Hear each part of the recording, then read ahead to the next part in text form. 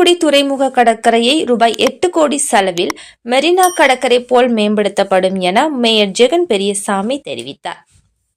தூத்துக்குடி மாநகராட்சியில் வாரந்தோறும் புதன்கிழமை மண்டல அலுவலகங்களின் பொதுமக்களின் கோரிக்கைகளை நிறைவேற்றும் வகையில் மக்கள் குறைதீர்க்கும் முகாம் நடத்தப்பட்டு வருகிறது.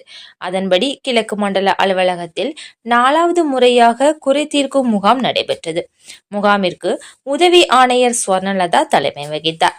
மண்டல தலைவர் கலைச்செல்வி, மாநகராட்சி துணை பொறியாளர் சரவணன் ஆகியோர் முன்னிலை வகித்தனர்.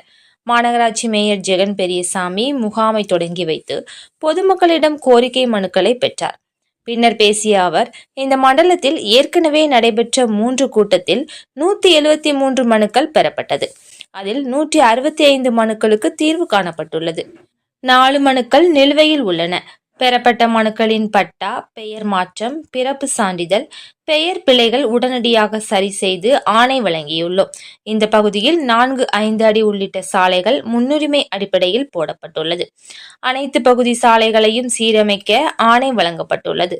மேலும் தூத்துக்குடி துறைமுக பகுதியில் உள்ள ஹார்பர் கடற்கரை ரூபாய் 8 கோடி செலவில் சென்னை மெரினா கடற்கரைக்கு இணையாக புதுப்பிக்கப்படும் என்றார். தூத்துக்குடி துறைமுக பகுதியில் உள்ள ஹார்பர் கடற்கரை ரூபாய் 8 கோடி செலவில் சென்னை மெரினா கடற்கரைக்கு இணையாக புதுப்பிக்கப்படும் என்றார். தொடர்ந்து பொதுமக்களிடமிருந்து பெறப்பட்ட 2 மனுக்களுக்கு உடனடியாக தீர்வு காணப்பட்டு அதற்கான ஆணையை மேயர் ஜெகன் பெரியசாமி வழங்கினார்.